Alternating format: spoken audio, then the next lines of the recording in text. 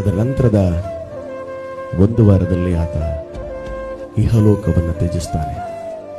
ಒಂದು ವಿಚಾರವನ್ನು ಮರೆತುಕೊಳ್ಳಬಾರದು ನೀವೆಲ್ಲರೂ ಕೂಡ. ಇದು ನನ್ನ ರಿಕ್ವೆಸ್ಟ್. ಕೆಜೆ ವಿಭಾಗದ ಆಟಗಾರರಲ್ಲಿ ದೇಹ ತೂಕವನ್ನು ಇಳಿಸಿ ಪ್ರೋಟೀನ್ಗಳನ್ನು ಬಳಸಬೇಡಿ.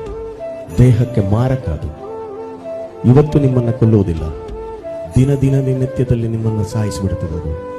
ಇವತ್ತಿಗೆ ಚಿಲ್ಲರೆ ಕಾಸು ಬರ್ಬೋದು, ಆದರೆ ಜೀವನದಲ್ಲಿ ನಿಮ್ಮ ಗುರಿ ಏನಿದೆ ಅದನ್ನು ಕಳ್ಕೊಳ್ತೀರಾ.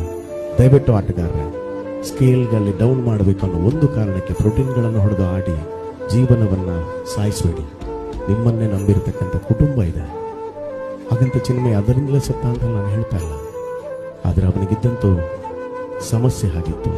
ಅದೆಲ್ಲವನ್ನು ಲೆಕ್ಕಿಸದೆ ಆತ ಕಬಡ್ಡಿ ಅಂಕಣಕ್ಕೆ ಬಂದಿದ್ದ. ಮೈಸೂರಿನಲ್ಲಿ ನಾನು ವಿಡಿಯೋ ಚಿತ್ರೀಕರಣ ಮಾಡಿದ ಸಂದರ್ಭದಲ್ಲಿ ಆತ ಹೇಳಿದ್ದು, ವಿಜಯನ ಈ ವಿಡಿಯೋ ನೀವು ಯೂಟ್ಯೂಬ್ನಲ್ಲಿ ಅಪ್ಲೋಡ್ ಮಾಡ್ತೀರಾ ಅಂತ ಹೇಳಿ.